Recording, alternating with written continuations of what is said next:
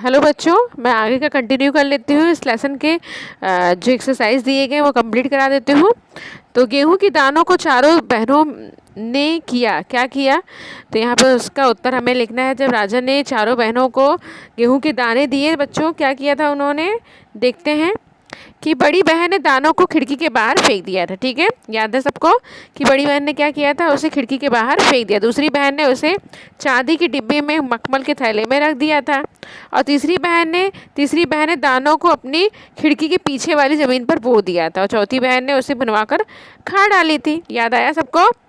बड़ी बहन ने उसे क्या कर दिया? खिड़की के बाहर फेंक दिया था। दूसरी बहन ने उसे मखमल के डिब्बे में, चांदी के डिब्बे में रख दिया था। तीसरी बहन ने उसे खिड़की के पीछे उसे बो दिया था। ठीक है, और चौथी बहन ने उसे भुनवाकर खा लिया था, क्योंकि वो तनिक बच्ची थी और उसे भुने हुए दाने बहुत पसंद आते थे, इसलिए उसने भुनवाकर खा लिया था। ठीक है बच्चों, जब राजा ने इन्हें चारों बहनों को 100 दाने दिए थे, बोला था कि मैं 5 साल बाद इन्हें मांगूंगा। ठीक है, आगे देख लेते हैं हम लोग।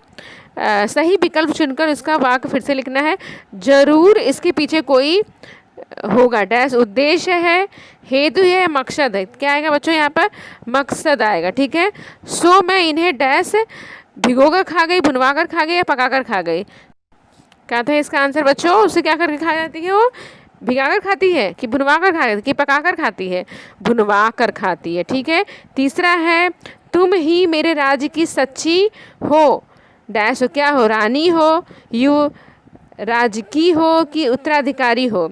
ठीक है, तो उत्तराधिकारी हो। तुम ही मेरे राज्य की क्या हो? सच्ची उत्तराधिकारी हो। क्वेश्चन नंबर 4 है, इसे तुम अपने पास रखो,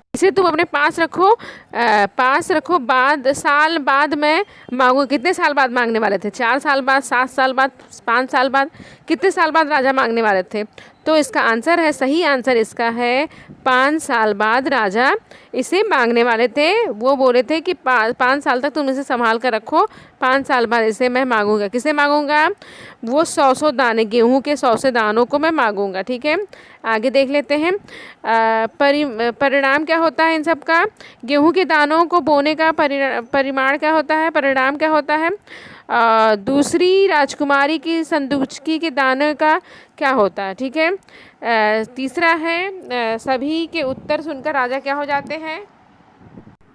चौथा और लास्ट क्वेश्चन है कि पहली राजकुमारी को कड़क कर पूछते हैं तो उसका क्या होता है? ठीक है, उसका आंसर क्या आप देती हैं? वो कड़क कर जब वो पूछते हैं उनके पिताजी कि तुमने 100 दाने को क्या किया है, तो उसका आंसर वो राजकुमारी, पहली जो बड़ी राजकुमारी थी, वो क्या देती हैं?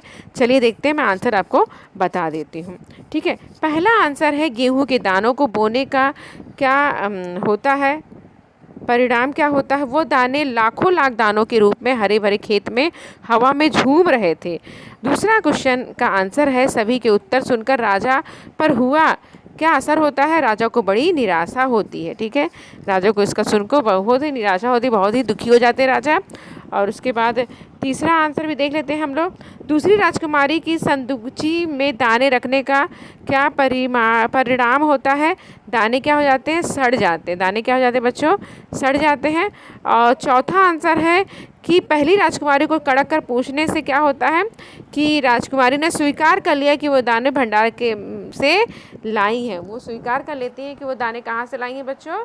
भंडार गृह से लाई हैं, कि उन्होंने पहले ही सोच लिया था जब पिताजी पूछेंगे तो मैं यही करूँगी। ठीक है, तो थैंक यू सो मच बच्चों, ये वीडियो देखने के लिए। आपको ये चैप्टर समझ में आ गया होगा।